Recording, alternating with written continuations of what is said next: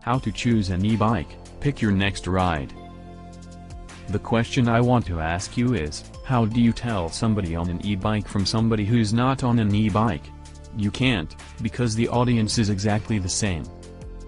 In a few moments I am going to explain the basics about how to choose your electric bike, e-bike.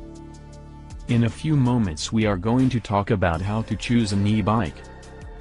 The person to ride an e-bike is virtually anybody. It could be you, or even you. It's definitely been me.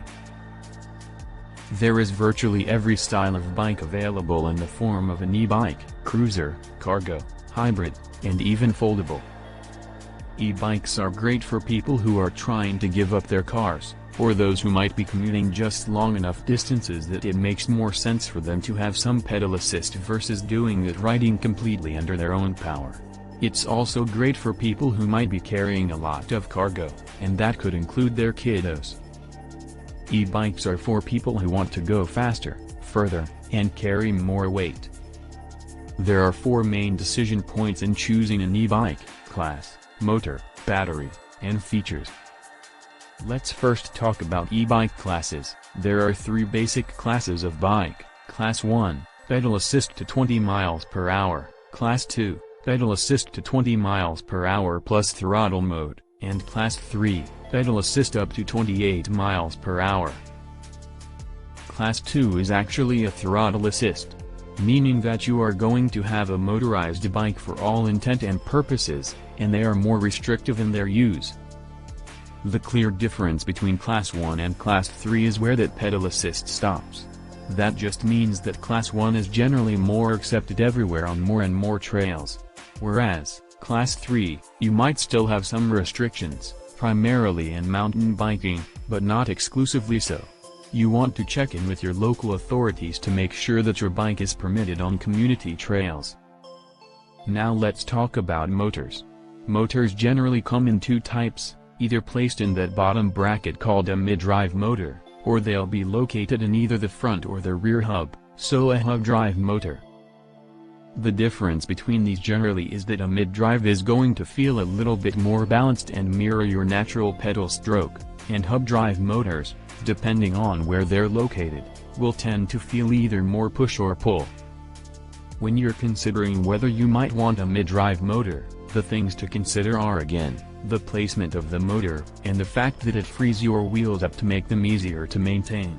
If you have flats, for example, it is a lot easier to pull your wheels off and change the flats yourself.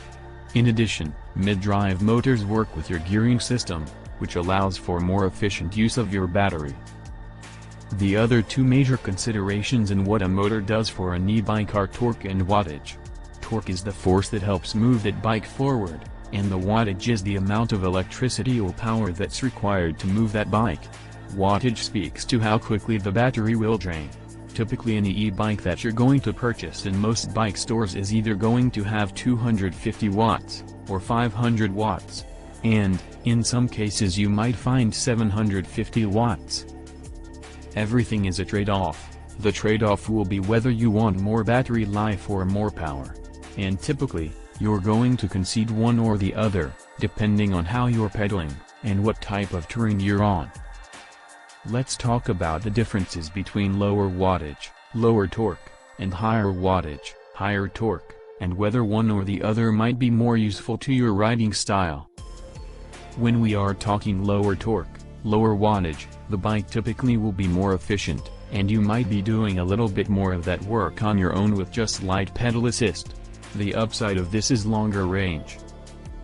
You might want higher wattage, higher torque as if you're looking for that workhorse of a bike.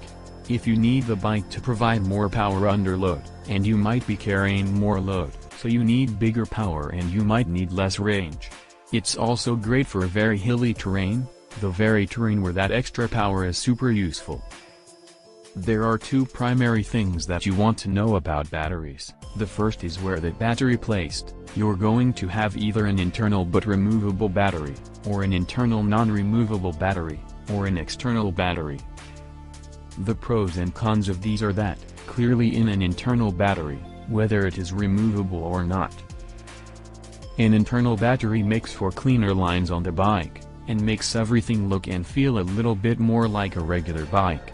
And it allows you also the option for some braze-ons where you can actually still attach a water bottle cage, for example. An external battery will be more easily removable, and typically more easily exchangeable, and they can be placed in several different areas on the bike. The second consideration of a battery is the capacity of the battery. Typically you're going to find that batteries on e-bikes range from about 250 watt-hours to about 500 watt-hours, but you might find some numbers in between that depending on the brand of the bike. The wattage rating just reflects the battery capacity. The question that everybody asks when they are looking at e-bikes is, how far will this bike take me? The easiest, simplest way to answer that is, it depends on how much pedal assist you're using. The more pedal assist you use, the lower the range. The less pedal assistance you use, the longer the range. When you're considering what the range of the bike is, do consider that manufacturers will post what that range can be. It might be 20 to 40 miles, it might be 40 to 50, or 50 to 70 miles. But, be aware that that range is based on the least amount of pedal assist being used in that e-bike. There are a couple of final considerations that you might want to think about when you are choosing your bike. E-bikes start to have a lot of other really cool integrated features, like built-in lights, built-in security and locks. If you want those things incorporated into the bike, it is something also to think about when you're shopping for an e-bike. One of the most important tools on the bike for most riders is going to be the controller. The controller is the thing that powers the bike on and off. And, it will also allow you to choose the level of assist that you want. But the other things that it may show you, depending on the level of sophistication of the controller, would be battery life, speed, and where you are in your total range. Some controllers have more information than others, so if it's important to you to have more information at your fingertips, you might want to think about that when you're choosing the e-bike. The last thing is the weight on these guys can vary quite a lot. They can be anywhere from 25 pounds to 65 pounds. So keep in mind how you're planning on transporting the bike, and storing the bike, so that this bike will fit into your lifestyle. This should give you a lot of information to start the process for shopping for an e-bike. Click the link in the first comment to find our e-bike and accessory recommendations. As always, size and fit are really important, so check out my video on that and I'll see you out in the trail. And, in the next video.